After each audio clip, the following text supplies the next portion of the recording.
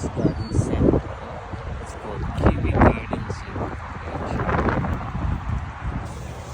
Tada! Ayan siya. It's pretty.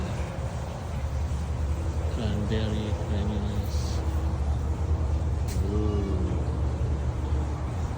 Dito tayo sa perennials. Oh, I love these. Oh, look, ferns. Maganda ng ferns.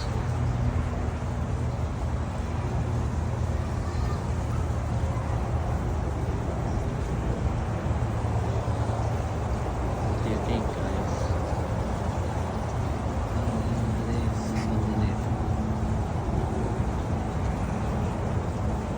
Still big. $18.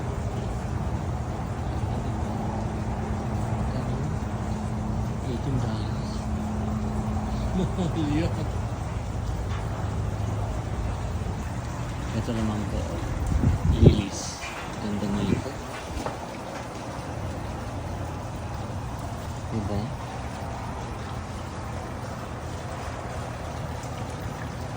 One din siya, perennial din.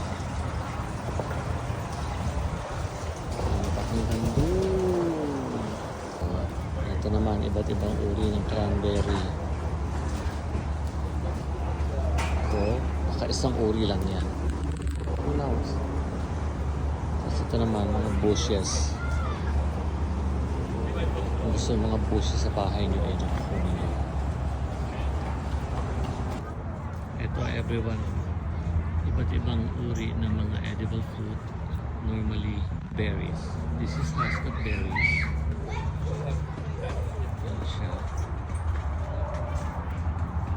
Yan na itsura ng kanya. Para siyang buhay.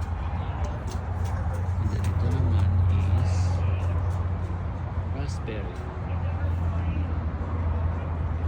And then here is blueberry. Oh, it's a grapes. Plus po siya.